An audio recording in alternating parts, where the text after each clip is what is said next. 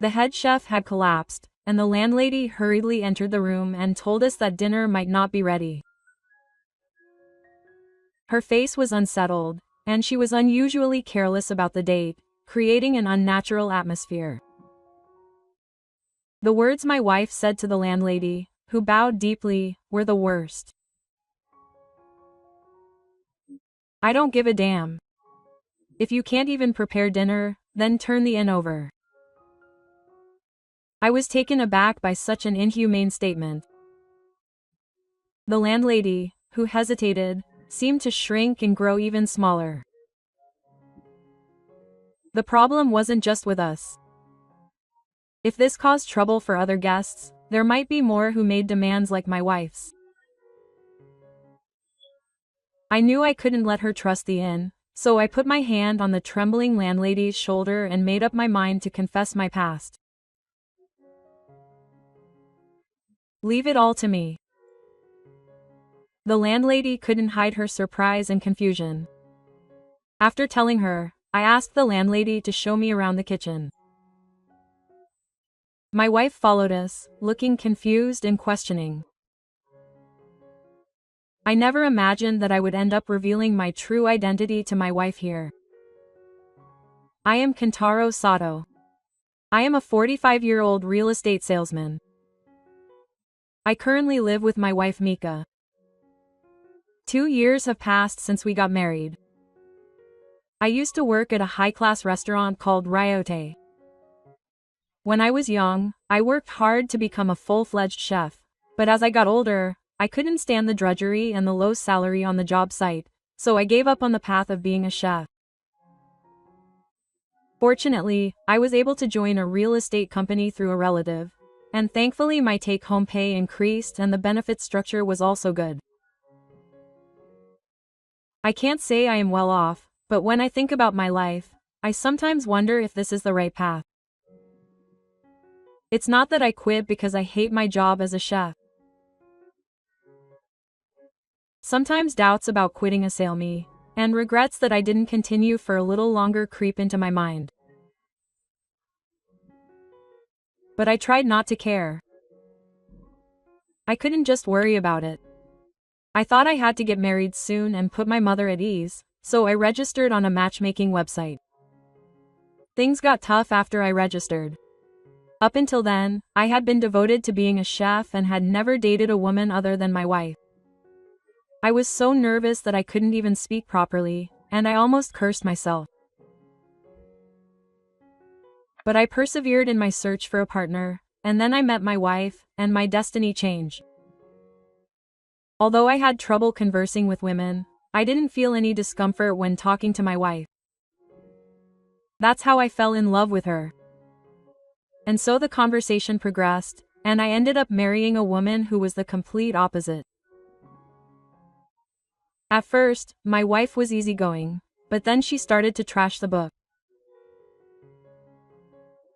"In fact, you weren't my type at all." She told me the unexpected truth that she had never been interested in marriage in the first place. She said that she was upset that her boyfriend had run away with all her money, so she wanted to marry him and get a man who would never leave her. Apparently, the reason I chose my wife was because she seemed gentle and had a stable job. When I heard that reason a month after we got married, I thought I had been completely fooled. My wife doesn't do any housework. She spends most of her day working or doing personal things, and she leaves all the housework on me. Still, I wanted to make my wife happy, so I made her some of my best homemade dishes and showed them to her. They were delicious. It's not like I can't eat. She's still as scathing as ever. I haven't told her that I used to work at a fancy restaurant. My wife, who's always showing off, doesn't think kindly of people who aren't important to society, like chefs or gel workers. Ah, that's just how the world is. If she were smart, she could earn more. Everyone does mundane work. I hate that. She used to work as a hostess at a fancy restaurant, and apparently she hung out with rich and handsome hosts and played around freely. Drawing on that experience, my wife now uses social media to sell beauty products and cosmetics. I guess they call her an influencer in the world. Apparently, if you have a certain level of fame, you get offers from companies and make a huge amount of money. I see. But the world is made up of everyone. I give her a few friendly slaps and show my sympathy. If I don't, she'll get angry and won't talk to me for a while. My wife is 31 this year. She still has a playful habit, and even after getting married, she often goes out drinking with friends and spends a lot of money. But since my wife earns several times more than me, I can't complain, so she does housework in her spare time when she's not working. She's so free-spirited that she doesn't even clean up the dishes after she's finished cooking. I'm happy that she appreciates me as a cook, but it makes me sad to see the dishes thrown away without any preparation. She doesn't do housework, spends a lot of money, and comes home in the morning without any problem, never looking after her family. She thinks it's natural for me, who earns so little, to do housework. Marriage is the graveyard of life. I heard a great person from long ago say this, and I think it's absolutely true. But I once suggested that we have children because I wanted to get my feelings back. Children are such a hassle. Don't dream about them when you earn less than me. I've seen her say on social media that children are a luxury, and it seems my wife thinks the same way. I want children. Every time I call my mother who lives in the countryside, she asks me when we're going to have grandchildren. Up until now, I had been saying that things were just beginning, but judging from my wife's attitude, I felt like I would never be able to have children. I felt sad thinking that I wouldn't be able to show my mother the face of a grandchild. Even though I was depressed because my child had been denied, my wife relentlessly pushed me. Instead of worrying about that, you should focus on your own work and housework. That's all I can do. I'm grateful that I can even bring a child into the house. The moment she said that, my feelings for my wife began to fade. She even said that my income was nothing more than insurance in case my wife's income became unstable. I felt worthless and couldn't even eat. I couldn't enjoy cooking. When I thought that my life was supported by my wife's income, my body naturally began to refuse to eat. We stopped having sex at night and I couldn't understand why I was with my wife. Even so, my wife continued to do what she wanted without trying to change her pace of life. I have a meeting tonight, so I don't need dinner. Well, it's okay if I don't eat your food, but she told me as usual that she wouldn't be coming home. To my wife, it was just a casual work call, but I understood what these words meant. My wife was cheating on me. The other man was a young company president, 34 years old, younger than me. He had asked my wife to promote his cosmetics. I had seen his face before, and even as a man, I thought he was handsome with his refreshing appearance. I finally found out about it a month ago. I happened to come home early and found some unfamiliar shoes at the entrance. Not wanting to disturb her work, I went to the living room quietly and found my wife and the young company president embracing. I was quite shocked, but not having the courage to pursue the matter, I quietly left the house. After that, there were regular days when my wife didn't come home. It's hard to believe that all of this is related to her cheating, but my wife, who socializes a lot, probably finds more fulfillment playing with other men than being with me. There was no benefit to me in continuing to be with her. I was starting to think about whether I should get a divorce, when my wife's birthday was approaching. I hadn't noticed it, but I couldn't just sit back and do nothing, so I suggested to her that we go to Kyoto while she was dying. That's right, it might be nice to take a trip to a sunny day once in a while. Treat her well. We drive to Kyoto in silence. My feelings of trying to please my wife up until now have completely faded away. Just when I was thinking that I could clarify my feelings during today's stay, I have a fateful reunion. The proprietress who I used to work with at the high-class Ryote works at this inn. The proprietress's name is Hashimoto Sayuri. She's someone I'm familiar with. Not Ken-chan. I never thought I'd meet her again here. The proprietress remembered me, and I couldn't help but be happy, like a child. Noticing my wife's gaze glaring at me from behind, I introduced the proprietress. She was the proprietress at my previous workplace, and she had taken care of me. I'm so happy that she remembered me. The beautiful proprietress was worldly and popular with people of all ages. She even talked to me, a taciturn average person like me. Looking back, I think the reason I was able to talk to her so casually was because of the landlady's consideration. I had heard that she had changed jobs and was working at a traditional inn in Kyoto, but I never imagined that the inn she had chosen would have a landlady. I got excited when I met the landlady. My wife didn't seem to like that. "You just got here and you're tired, can you please leave already?" Even though the landlady politely explained the rules of the inn, my wife tried to kick her out of the room with an apathetic attitude. I was shocked and speechless. The landlady quickly left the room because of my wife's sullen attitude. "Don't get carried away just because you know a little bit about her. That's so lame. You're just a low-class woman who doesn't earn much money, so don't ever come near her again," she said, insulting the landlady who holds so many memories for me. She might be jealous, but I thought there was a way to put it. I couldn't share anything with a wife who so casually denied my past.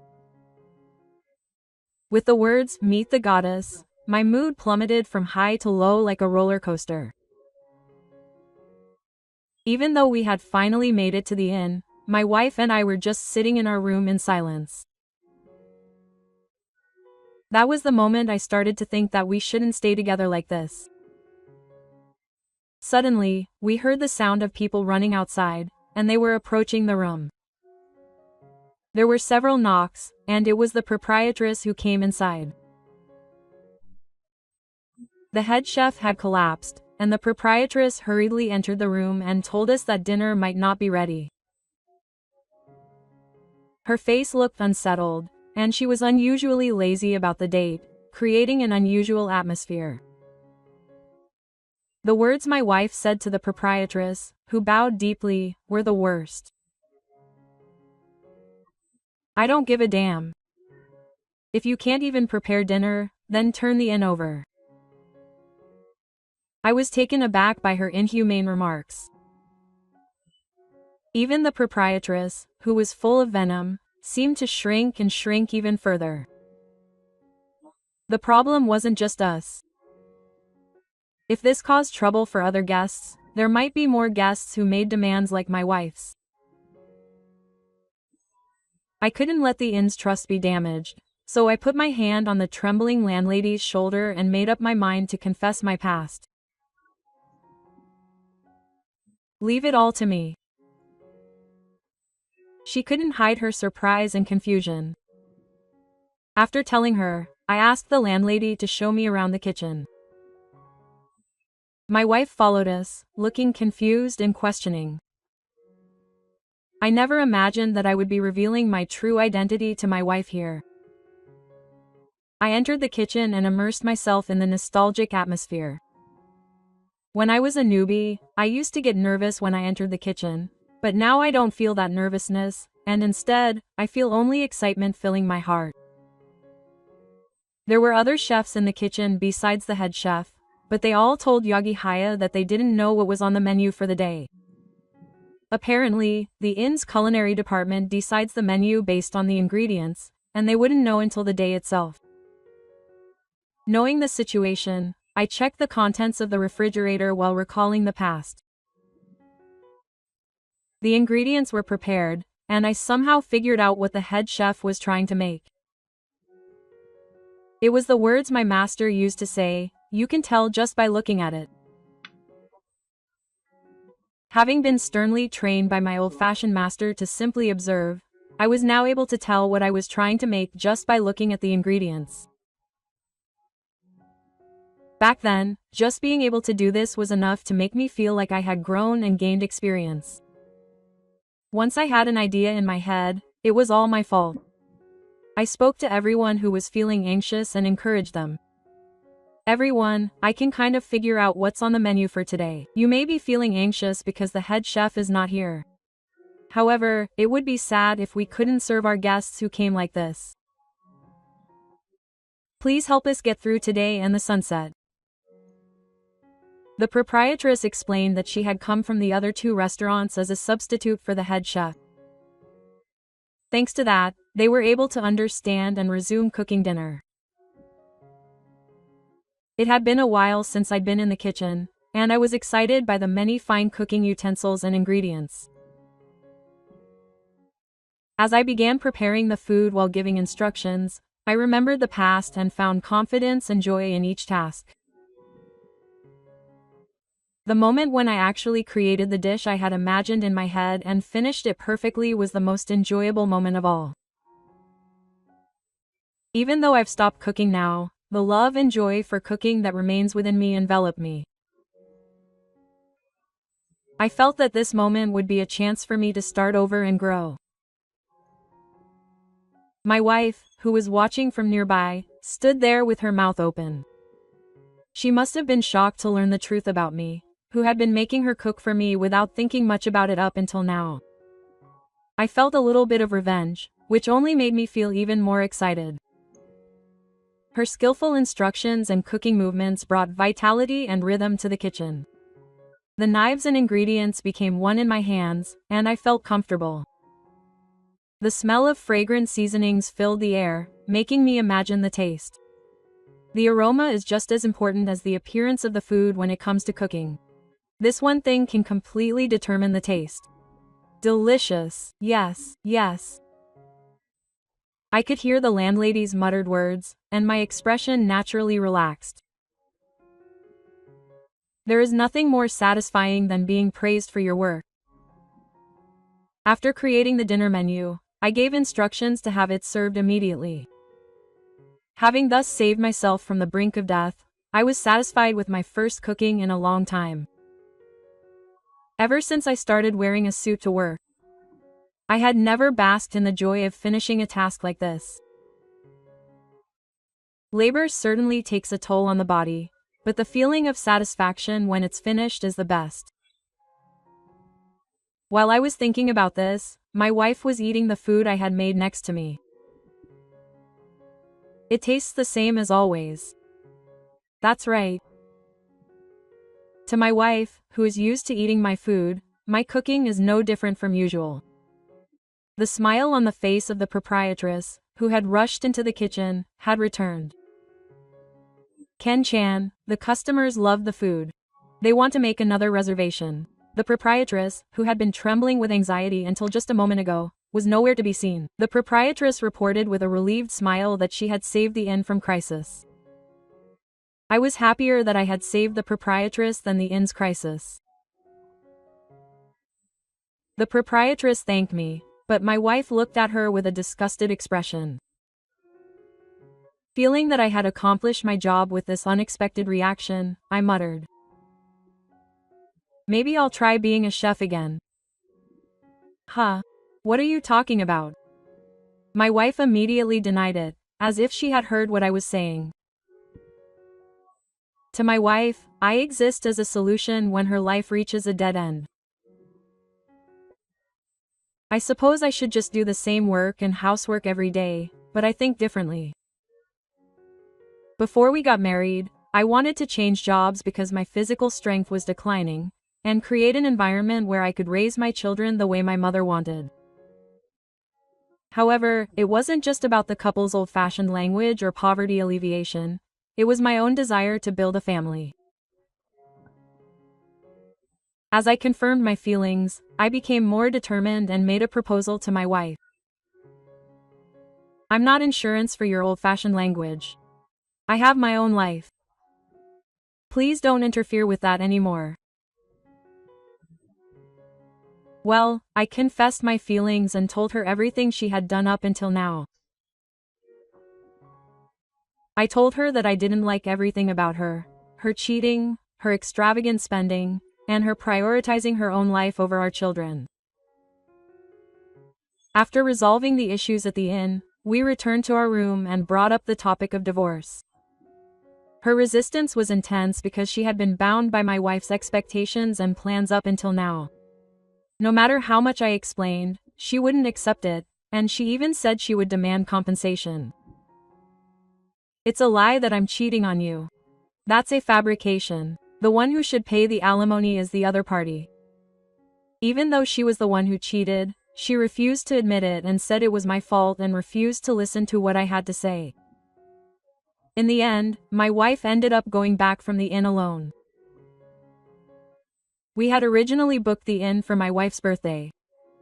I never would have thought she would say we wanted a divorce on that day. I thought I was the worst, but when I remembered what she had done to me up until then, the guilt somehow seemed to be lessened.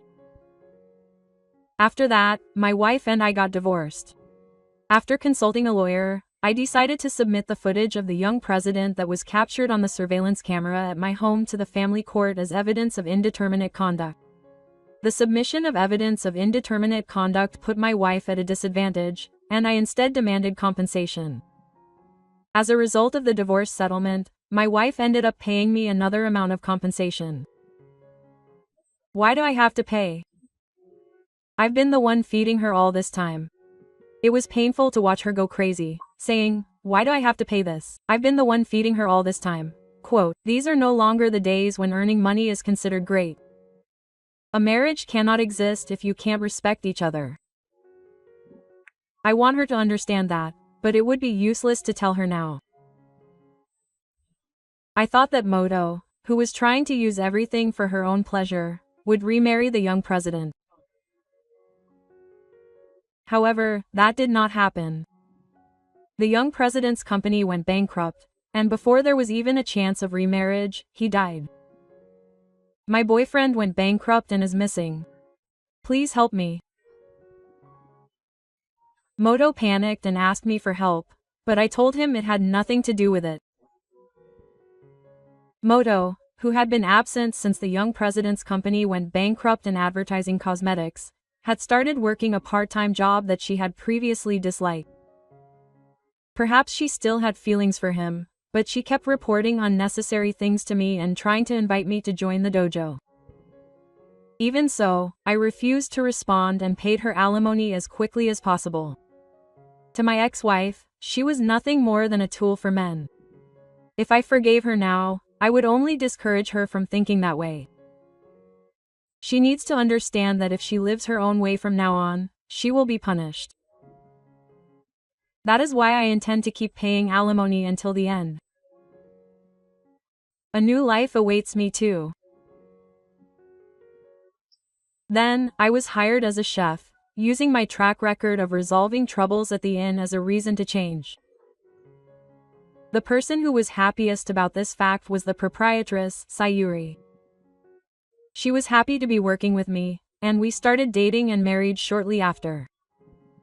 Sayuri, who told me that she had liked me since she was at the high-class Ryote, but had never worked up the courage to do so, was a truly kind person.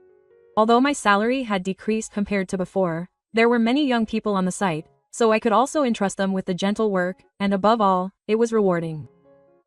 I feel that it was a good decision to change jobs because the kind Arata devotedly supports me. After living in my new life for a while, Sayuri became pregnant. It was a happy news for me to see the child I had longed for. I naturally felt relieved when I thought that I would finally be able to show my mother my grandchild. I was worried that I would be giving birth at an advanced age, but Sayuri told me that it would be fine. From now on, I want to protect my new family while also working hard and finding fulfillment in my job.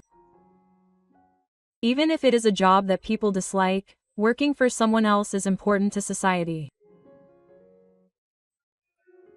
Having gained both my family and my job, I look forward to a busy future ahead.